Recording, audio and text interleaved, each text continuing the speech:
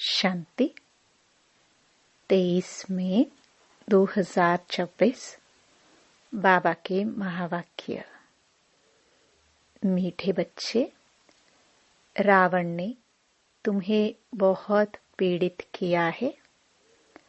अभी तुम भक्तों का रक्षक भगवान आया है तुम्हारी पीड़ा को दूर करने। प्रश्न: सपूत बच्चों की मुख्य 2 निशानियां सुनाओ। उत्तर: सपूत बच्चे सदा माता पिता को फॉलो कर तख्त नशीन बनेंगे, खूब पुरुषार्थ में लगे रहेंगे। दूसरा, उनकी बाप से दिल बहुत सच्ची होगी।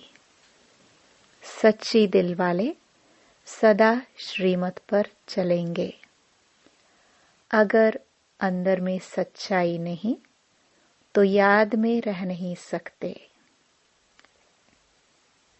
गीत भोला नाथ से निराला। ओम शांति।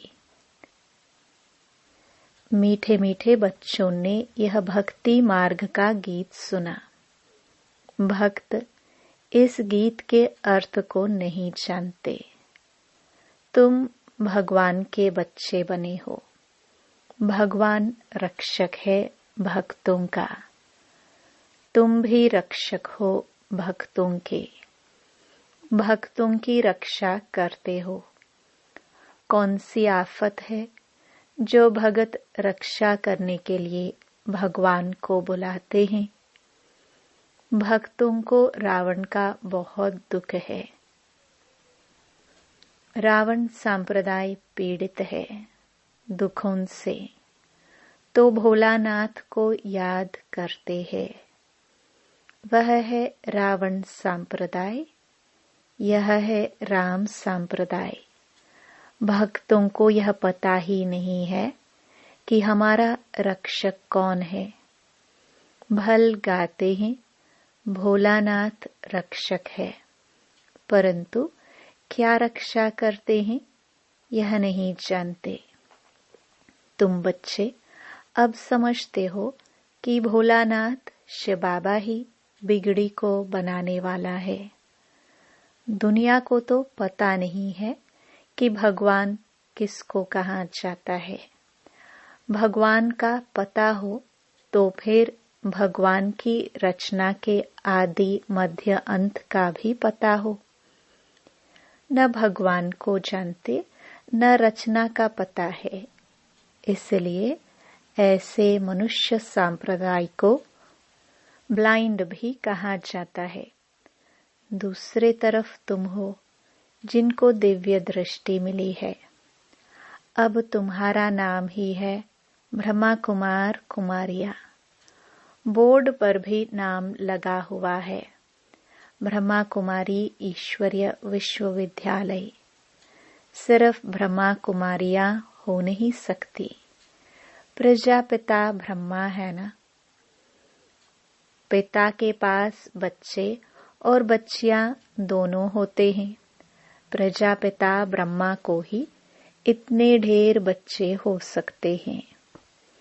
तो समझना चाहिए यह बेहद का पिता है। यह भी जानते हैं ब्रह्मा विष्णु शंकर को रचने वाला बाप ही है, जिसको निराकार कहा जाता है। यह हो गया बेहद का बाप। यह भी जानते हो परमपिता परमात्मा ब्रह्मा द्वारा रचना रचते हैं। इनकी सारी रचना है।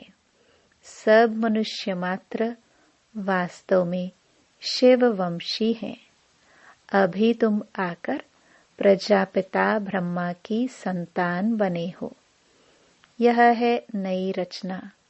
परमपिता परमात्मा ब्रह्मा द्वारा रचना रचते हैं, तो तुमको ब्रह्मा कुमार कुमारिया कहा जाता है। इतने बेहद के बच्चे हैं जरूर बेहद का वर्षा लेते होंगे। बच्चे जानते हैं हम ब्रह्मा कुमार कुमारियों को शिव बाबा ने अडॉप्ट किया है। शिव बाबा कहते हैं तुम हमारे बच्चे हो। तुम आत्माएं भी निराकार थी, परंतु ज्ञान तो साकार में चाहिए। तुम जानते हो हम आदि सनातन देवी देवता धर्म के थे। ब्रह्मा द्वारा रचना यहाँ होती है। शिव जयंती भी यहाँ मनाई जाती है। यहाँ मगध देश में ही जन्म लिया है। बाप कहते हैं यह देश बहुत पवित्र स्वर्ग था। अभी इनको नरक मगध देश कहा जाता है। फिर स्वर्ग बनना है। तुम बच्चों की बुद्धि में है। शिव बाबा हमको फिर से राजयोग सिखाए पवित्र बनाते हैं। गाते भी हैं पतित पावन भक्तों के रक्षक भगवान। भक्त ही पुकारते हैं। पतित होते हुए भी अपने को पतित नहीं समझते हैं। बाप समझाते हैं तुम सभी पतित हो। पावन दुनिया सतयुग को, पतित दुनिया कलयुग को कहा जाता है। बाप तुम्हें सब राइट बताते हैं। लाखों वर्ष की तो कोई चीज होती नहीं। मनुष्य घोर अंधियारे में है। समझते हैं कलयुग तो अभी छोटा बच्चा है। और तुम जानते हो मौत सामने खड़ा है। अंधियारे और रोशनी का वर्णन संगम पर ही किया जाता है। अब तुम घोर प्रकाश में आए हो।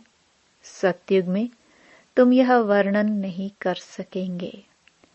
वहां यह नॉलेज ही नहीं रहती। इस समय बाप बैठ बच्चों को समझाते हैं तुम सतयुग में सूर्यवंशी घराने के थे। फिर अंत में आकर शूद्रवंशी घराने के बने हो। अब फिर ब्राह्मण वंशी बने हो। अभी तुम हो सर्वोत्तम ब्राह्मण कुल के। तुम हो ऊंच ते ऊंच। यह ईश्वरीय कुल है ना। बाप के पास आते हैं तो बाबा पूछते हैं किसके पास आए हो? तो कहते हैं बाप के पास। बाप दो हैं, एक है लौकिक, दूसरा पारलौकिक। सभी सालिग्रामों का बाप एक ही शिव है। तुम्हारी बुद्धि में यह टपकता है हम एक बाप के बच्चे हैं जिससे वर्षा लेते हैं। निराकार वर्षा तो साकार द्वारा ही देंगे ना। बाप खुद कहते हैं मैं साधारण तन में आकर प्रवेश करता हूँ। अब बाप बच्चों को कहते हैं बच्चे देही अभिमानी भव। अपने को आत्मा समझो। यह देह विनाशी है, आत्मा अविनाशी है। आत्मा को ही 84 जन्म लेने पड़ते हैं, न कि देह को। देह तो बदलती रहती है। फिर दूसरे मित्र संबंधी मिलते हैं। अभी आत्मा को बेहद के बाप से वर्षा लेना है, परमपिता परमात्मा द्वारा। तुम ही सुनकर फिर धारण करते हो। संस्कार तुम्हारी आत्मा में है। आत्मा में ही संस्कार रहते हैं। ऐसे नहीं कि शरीर के संस्कार कहेंगे। नहीं, तुम्हारी आत्मा के संस्कार तमो प्रधान है। उनको अब चेंज करना है। काया कल्पतरु कहा जाता है। काया कल्प वृक्ष समान बनती है। आयु भी बड़ी रहती है। तुम जानते हो यहाँ तो आयु बहुत छोटी रहती है। छोटी आयु में ही बैठे बैठे अकाले मृत्यु हो जाती है। अभी तुम काल पर विजय पाते हो। वहाँ काल कभी खाता नहीं। अकाले कब शरीर नहीं छूटता। तुम जानते हो अब यह शरीर बूढ़ा हुआ है। इनको छोड़कर नया लेना है। शरीर छोड़ने समय भी बाजे बजते हैं। जन्म लेने समय भी बजते हैं। वहाँ रोने की बात ही नहीं होती। तुमको भ्रमरी का मिसाल भी समझाया है। तुम हो ब्राह्मण ब्राह्मणिया। ब्राह्मण और भ्रमरी राशि मिलती है। जो काम भ्रमरी करती है वही तुम भी करते हो। वंडर है ना। भ्रमरी का दृष्टांत, कछुओं का, सर्प का, यह सब शास्त्रों में है। सन्यासी आदि भी यह मिसाल देते हैं।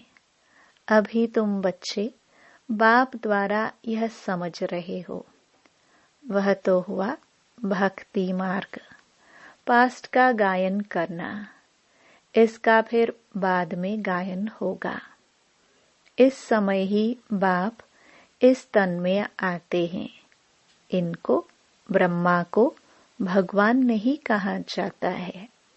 वह तो फिर अंधश्रद्धा हो जाती है। ऐसे भी मनुष्य हैं जो राम को, कृष्ण को भगवान समझते हैं। कृष्ण के लिए, राम के लिए भी कह देते, वह तो सर्वव्यापी है। कोई कृष्ण पंथी, कोई राधे पंथी होते हैं। राधे पंथी वाले कहेंगे सर्वत्र राधे ही राधे हैं। कृष्ण पंथी कहेंगे जिधर देखो कृष्ण ही कृष्ण है। राम पंथी राम ही राम कहेंगे।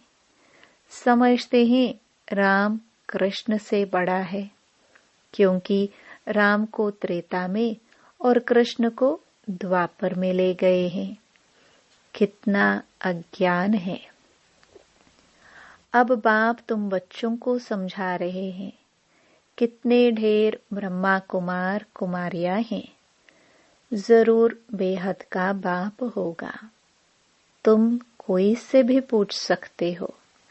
कभी नाम सुना है प्रजापिता ब्रह्मा का? बाप ने स्वर्ग की नई रचना रची है। गाया भी जाता है ब्रह्मा द्वारा ब्राह्मण। जब तक तुम सब ब्राह्मण ब्रह्मा की मुख वंशावली नहीं बने हो, तब तक दादे से वर्षा ले नहीं सकते। बेहद के बच्चे बेहद का वर्षा बाप से ही लेते हैं। लिया था बरोबर। बरोबर स्वर्गवासी थे, अभी नरकवासी बन गए हैं। अब फिर प्रजापिता ब्रह्मा द्वारा परमपिता परमात्मा विष्णुपुरी स्वर्ग रच रहे हैं। कितना सहज है। शिव बाबा पूछते हैं, आगे तुमको यह ज्ञान था? इनकी आत्मा ही कहती है, मेरे में यह ज्ञान नहीं था। मैं भी विष्णु का पुजारी था। जो हम पूज्य थे सो अब पुजारी आकर बने। अब फिर बाबा आकर पुजारी से पूज्य देवता बना रहे हैं। तुम बच्चों को अंदर में खुशी रहनी चाहिए। परमपिता परमात्मा ने आकर हमको एडॉप्ट किया है। मनुष्य मनुष्य को एडॉप्ट करते हैं ना। बहुत मनुष्य होते हैं जिनको अपने बच्चे नहीं होते हैं तो एडॉप्ट करते हैं। अब बाप जानते हैं मेरे बच्चे सब रावण के बन गए हैं, इसलिए मुझे आकर फिर से एडॉप्ट करना पड़े। ब्रह्मा द्वारा अपने बच्चों को अडॉप्ट करते हैं। यह एडॉप्शन कितनी वंडरफुल है। तुम ही जानते हो, शिव बाबा ने हमको ब्रह्मा द्वारा अडॉप्ट किया है। शिव बाबा कहते हैं, मैंने तुम बच्चों को अडॉप्ट किया है, तुमको बेहद सुख का वर्षा देने। ये ब्रह्मा तो दे नहीं सकते। यह भी मनुष्य है ना, प्रजापिता ब्रह्मा। मनुष्य यह ज्ञान नहीं देते हैं। ज्ञान का सागर निराकार परमपिता परमात्मा ही बैठ यह ज्ञान देते हैं। ब्रह्मा को अथवा विष्णु को ज्ञान सागर नहीं कहा जाता। इन तीनों की महिमा अलग है। ज्ञान सागर पतित पावन एक बाप है। सारी दुनिया के मनुष्य मात्र उनको बुलाते हैं। अंग्रेजी में भी कहते हैं, वह लिबरेटर है। जिससे दुख मिलता है उससे लिबरेट किया जाता है। बाप भी यहाँ आकर रावण से लिबरेट करते हैं। रावण राज्य भी यहाँ हुआ। यहाँ ही रावण को जलाते हैं। जलाकर फिर कहते हैं, सोने की लंका लूटने जाते हैं। उनको तो कुछ पता नहीं है रावण क्या चीज है, कब का यह दुश्मन है। समझते हैं राम की सीता चुराई गई। यह नहीं समझते कि हम सब सीताएं हैं। हम रावण की जेल में फंसी हुई हैं। यह ज्ञान किसमें भी नहीं है। कथाएं बैठ सुनाते हैं। शिव बाबा कहते हैं, मैं दूर देश का रहने वाला आया हूँ इस देश पर आए। यह पतित दुनिया पुरानी है ना। यह है रावण की दुनिया। बुलाते भी हैं, हे बाबा आओ, हम पतित बन गए हैं। बाप कहते हैं, हमको पावन बनाने इस पतित दुनिया में आना पड़ता है। और मुझे आना भी उस तन में है जो पहले नंबर में पावन था, जो सुंदर था। वही अब श्याम बना है। कितनी वंडरफुल बातें हैं। श्री कृष्ण को श्याम सुंदर क्यों कहते हैं, यह किसको पता नहीं है।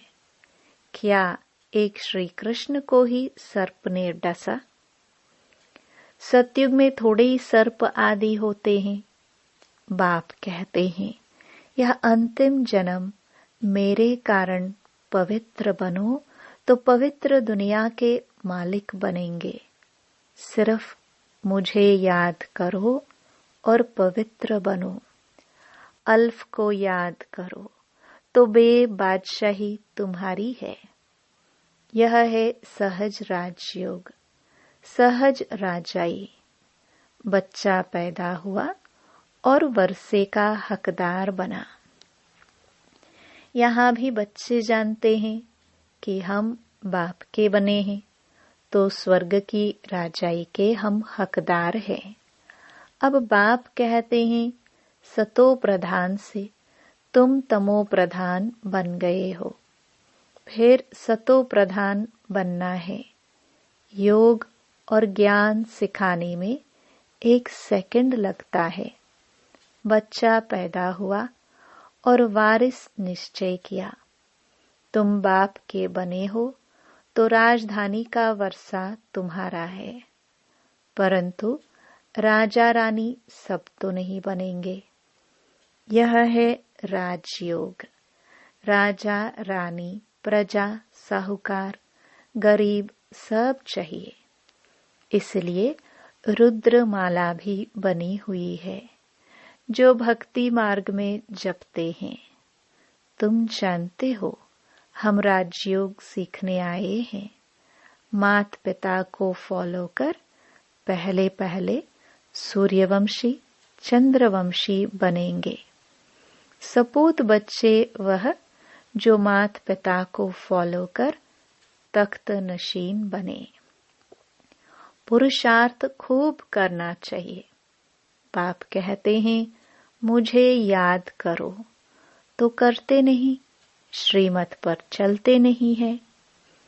अंदर सच्चाई नहीं है।